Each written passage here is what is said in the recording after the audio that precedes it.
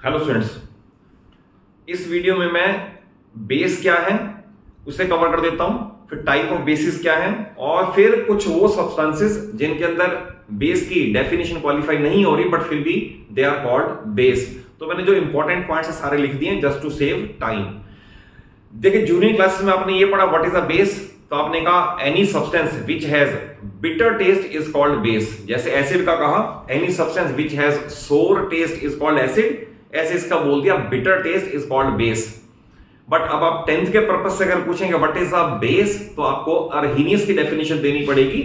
मैंने लिख दिया base according to Arrhenius is any substance which releases free hydroxyl ions in water. Hydroxyl कहें या हाइड्रोक्साइड कहें एक ही बात है, which releases free hydroxyl ions in water is called a base. Example लिया NaOH, it is called sodium hydroxide. इसे ये व्हाइट कलर की फ्लेक्स होती हैं, अगर आप इसे वाटर में डिसॉल्व करें तो ये सोडियम आयन और हाइड्रोक्साइड आयन में स्प्लिट हो जाएगा, तो इसकी वजह से इसे बेस बोलेंगे। लाइकवाइज ये कंपाउंड है ammonium hydroxide NH4OH, ammonium hydroxide. इसे अगर वाटर में ऐड करें तो अमोनियम आयन और हाइड्रोक्सल आयन में फ्री हो जाएगा, तो इसकी वजह से ये भी बेस है। देन बेस की डेफिनेशन पूछ सकते हैं कि व्हाट इज अ बेस, तो मैंने आपको बता दिया कि अर्हीनियस का तो ये बेस है। पहचान पूछ सकते हैं तो कोई से भी मेटल के ऑक्साइड और मेटल के hydroxide they are called basis. जैसे मैंने एग्जांपल दिया sodium oxide, potassium oxide, metal के ऑक्साइड या मेटल के hydroxide, sodium hydroxide, potassium hydroxide, they are called basis. एक एग्जांपल ये लिया NH4OH, although it is not a metal hydroxide, reason being ammonium ion है, but it is also termed as base because just like other bases it can release free hydroxyl ions in water। जैसे मैंने example यहां दिया, अगर आप इसे water में add करें क्योंकि ये हाइड्रोक्सल आयन फ्री कर रहा है तो NH4OH is also called a base। Then इसका आता है what is a strong base and what is a weak base. तो ध्यान रखना स्ट्रॉन्ग और वीक का रिलेशन अमाउंट ऑफ वाटर से नहीं है। जैसे मैंने आपको लास्ट वीडियो में स्ट्रॉन्ग एसिड और वीक एसिड बताया था, तो इसके अंदर भी स्ट्रॉन्ग बेस और वीक बेस का अमाउंट ऑफ वाटर से रिलेशन नहीं है, इसका रिलेशन है डिग्री ऑफ आयोनाइजेशन से। That is the base which ionizes fully in water, यानी सारे हाइड्रोक्सल फ्री कर दे, that is called a strong base. जैसे एग्जांपल दिया NaOH का, और एग्जांपल आप दे सकते हो KOH का। तो KOH को भी अगर आप इन वाटर ऐड करोगे तो ये सारे हाइड्रोक्सल आयन फ्री कर देगा। दैट इज अगर सपोज ये 1 करोड़ मॉलिक्यूल है तो 1 करोड़ आयन ये और 1 करोड़ आयन ये इसमें फ्री हो जाएगा, तो इसे बोलते हैं स्ट्रॉन्ग बेस।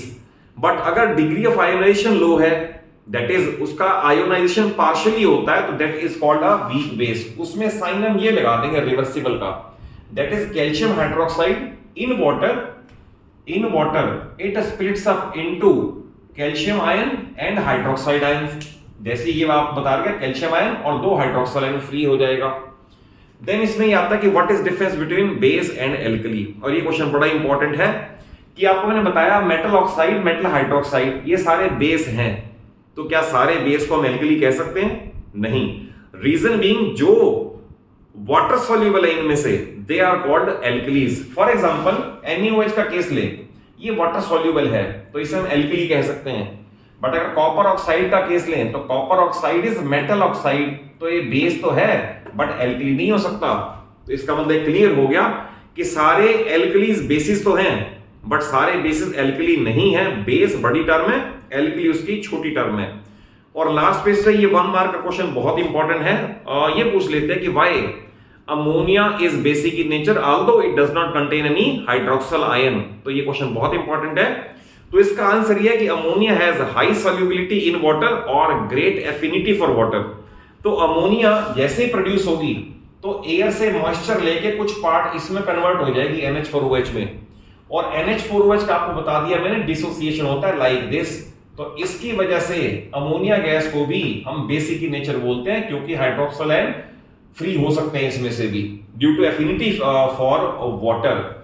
और एक क्वेश्चन ये है सोडियम कार्बोनेट और sodium bicarbonate they do not contain any hydroxyl ion, then why they are called base. ये बड़े इंपॉर्टेंट कंपाउंड है सोडियम कार्बोनेट और सोडियम बाइकार्बोनेट। तो we can say they are base due to hydrolysis. The meaning of hydrolysis is when added to water they split up into partially split up into parent base and parent acid. यानी बने किससे थे?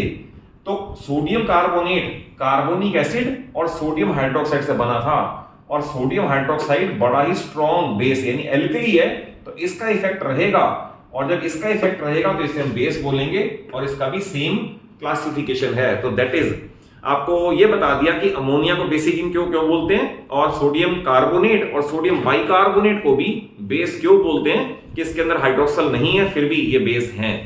तो इस video में सिर्फ आपको मैंने बेस का इंट्रोडक्शन दे दिया, बेस क्या है और उसकी डेफिनेशन क्या है और बेस की क्लासिफिकेशन क्या है, और कुछ कंपाउंड जिनके अंदर हाइड्रोक्सल नहीं है फिर भी वो बेसिस क्यों कहलाते हैं।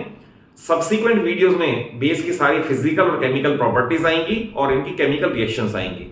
और अगर कॉन्सेप्चुअली समझ आया हो, अच्छा लगा हो, तो वीडियो को जरूर एक अच्छा सा लाइक दे दो, अपने सभी फ्रेंड्स को शेयर कर लो और बेल आइकन को प्रेस करके रखो, सो दैट आने वाले समय में जितनी भी आपको नई वीडियोस हैं उनका नोटिफिकेशन मिल जाए, और चैनल सलूजा क्लासेस को जरूर सब्सक्राइब कर लो।